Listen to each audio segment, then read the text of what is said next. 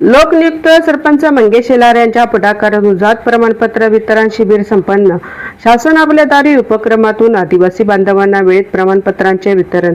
स्वातंत्र्य दिनाचे औचित्य साधून लोकनियुक्त सरपंच मंगेश शेलार यांच्या पुढाकारातून करंजाळे परिसरातील आदिवासी वाड्यांमध्ये विशेष जात प्रमाणपत्र वितरण शिबिराचे आयोजन करण्यात आले.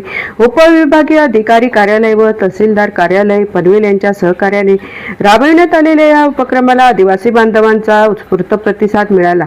शासन आपल्या दारी या संकल्पनेतून राबविण्यात आलेल्या या शिबिरात आदिवासी वाडी, गायकर वाडी, लालवाडी आणि वरची वाडी येथील लाभार्थ्यांना जात प्रमाणपत्रांचे वितरण करण्यात आले.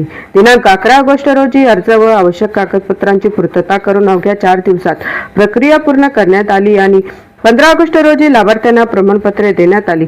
उपविभागीय अधिकारी श्री पवन चांडक यांच्या उपस्थितीत प्रमाणपत्रांचे वितरण करण्यात आले. यावेळी त्यांनी आदिवासी बांधवांना संवाद साधून त्यांच्या महसुली अडचणी जाणून घेतल्या. तसेच जात प्रमाणपत्रांचे शैक्षणिक व शासकीय योजनांसाठी असलेले महत्त्व स्पष्ट केले. महिलांना वैयक्तिक स्वच्छता व आरोग्याबाबत मार्गदर्शन करून सॅनिटरी पॅडचे वितरण करण्यात आले. तसेच दळीधारकांना सनद मिळवण्याबाबत आवश्यक कार्यवाही संदर्भात मार्गदर्शन करण्यात आले. या उपक्रमांसाठी सरपंच मंगेश शेलार, ग्रामपंचायत अधिकारी मनीषा जायभाई, पोलीस पाटील कुणाल लोंढे, आदिवासी सामाजिक कार्यकर्ता हेमा पवार तसेच महसूल विभागातील अधिकारी व कर्मचाऱ्यांचे सहकार्य लाभले.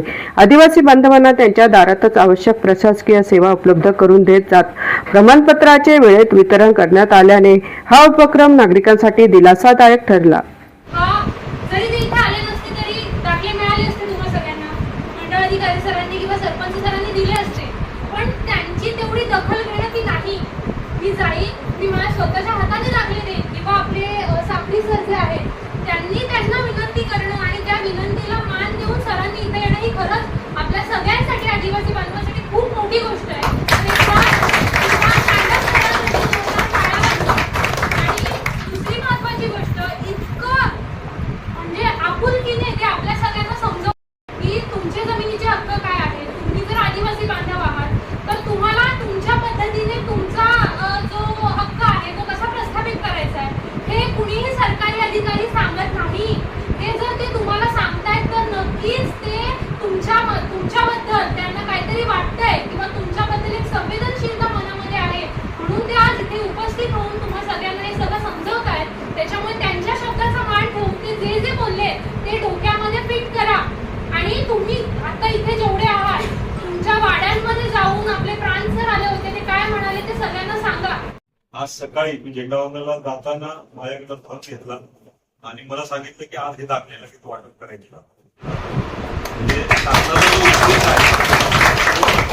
आपण कमीत कमी वेळामध्ये त्यांना दाखले दिले पाहिजे. पर्टिक्युलरली जे आदिवासी लोक आहेत त्यांना एखादा दाखला काढायचा असेल तर अगोदरच एखादी व्यक्ती शोधावी लागते, एखादा एजंट शोधावा लागतो किंवा एखादा महाई सेवा केंद्राला व्यक्ती शोधावा लागते. आपण त्यांच्यापर्यंत पोहोचलं पाहिजे. या जीआरचा लाभ त्यांच्यापर्यंत आपण कसा देऊ शकतो याचा आपण प्रयत्न केला पाहिजे.